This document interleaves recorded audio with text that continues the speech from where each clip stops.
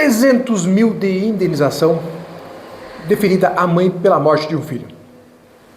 Pois bem, olha só que situação trágica. Essa aqui é para o final do ano, né? Um problema muito grande que ocorre no final do ano. O que acontece?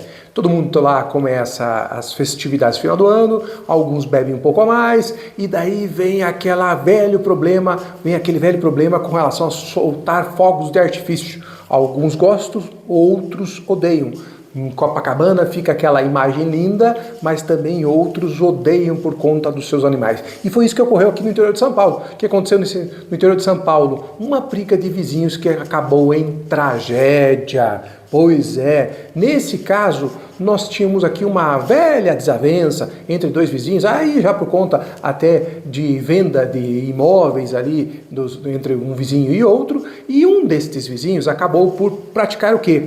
Soltar fogos de artifício no dia 2 de janeiro, lá na virada do ano, né? Primeiro para 2 de janeiro, logo depois da virada do ano, soltaram os fogos de artifício constantemente, que atingiam a propriedade vizinha, segundo aquele que acabou por puxar uma arma. E o que se alegava nesse caso?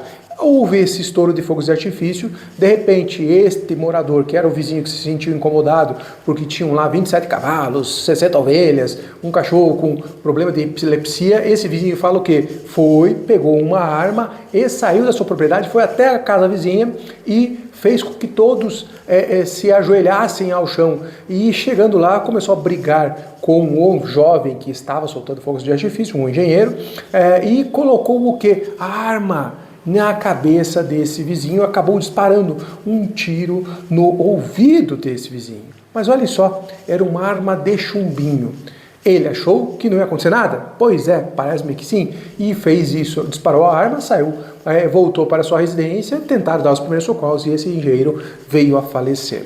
Diante disso, obviamente, houve aqui a apuração do inquérito policial, esse indivíduo está lá respondendo no Tribunal do Júri, mas o que interessa o Tribunal de Justiça de São Paulo acabou por condenar, em primeira instância, uma indenização de R$100 mil a título de danos morais.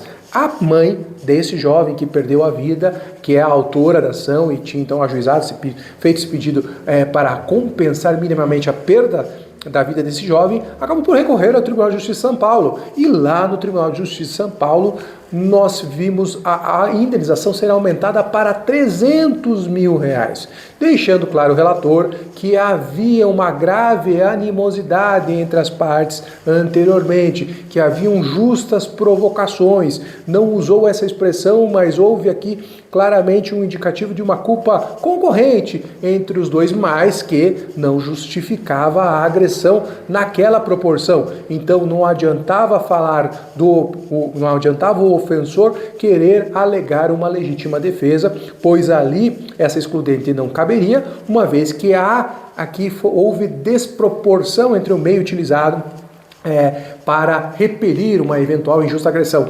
Um tiro de foguete não justificaria o tiro ou então o uso de uma arma de fogo, seja ela de chumbinho, ou seja ela, enfim, uma arma de fogo propriamente dita. Diante disso, afastou. Até que se você quiser dar uma olhada no YouTube, que eu tenho uma aula exclusiva sobre legítima defesa e estado de necessidade também lá no curso de responsabilidade civil. Mas o que interessa enfim, que foi afastado isso, reconheceu-se aqui uma animosidade entre as partes e por isso condenou só nos R$300 mil. Poderia ser que, se não tivesse essa animosidade anterior, poderia ter sido essa condenação muito mais alta. Pois bem, o que interessa para vocês, para o que interessa para nós aqui, meus senhores, é que houve, então, o pagamento, a condenação, pagamento ainda não, né, porque o processo ainda não, a sentença não transitou em julgado, houve aqui a condenação dos R$300 mil.